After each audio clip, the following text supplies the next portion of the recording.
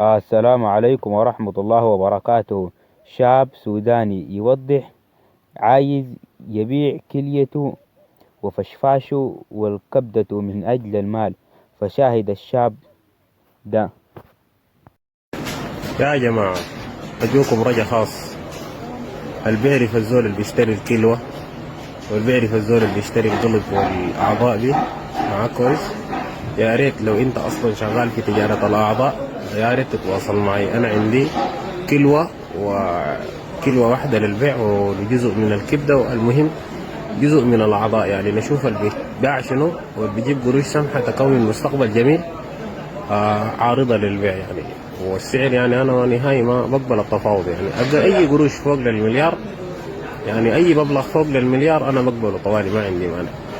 أي كلوة، فشفاش، كبدة، مصران، يعني ركبة، خلاص يعني كله. يعني وين الزول بس اللي بيشتري الحاجات دي خليه يتواصل معي يا جماعة. أنا مرتاح قاعد لحد ما خدمتي دي تنتهي، أنا قاعد. لكن لو انتهت إلا يخش صفحتي يدق لي تليفون، رقمي موجود في الصفحة، لأنه ما عندي حق التنشيط.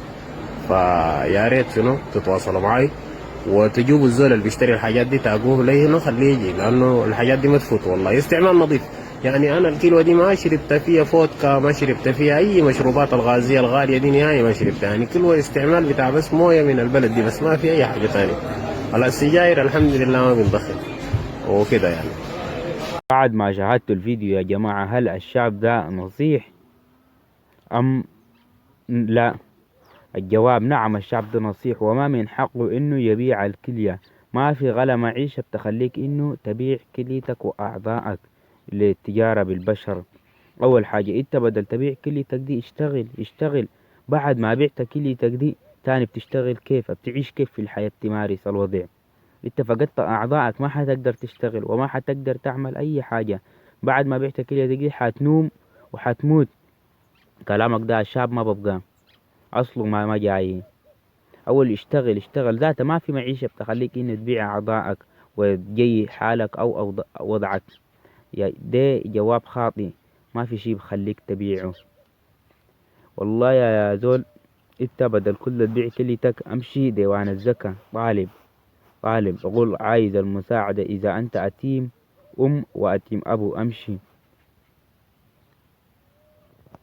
وانت قلت يتاقوا ليك الزول اللي بيشتري الحاجات ده، الزول اللي بيشتري الحاجات دي الدولة منعاهم من يشتري الحاجات دي. التجارة بالبشر حرام.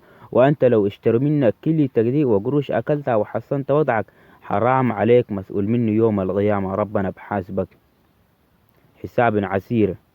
الدولة ذاتها بتطالب عن الناس اللي بتاجروا بالبشر، التجار بالبشر دي.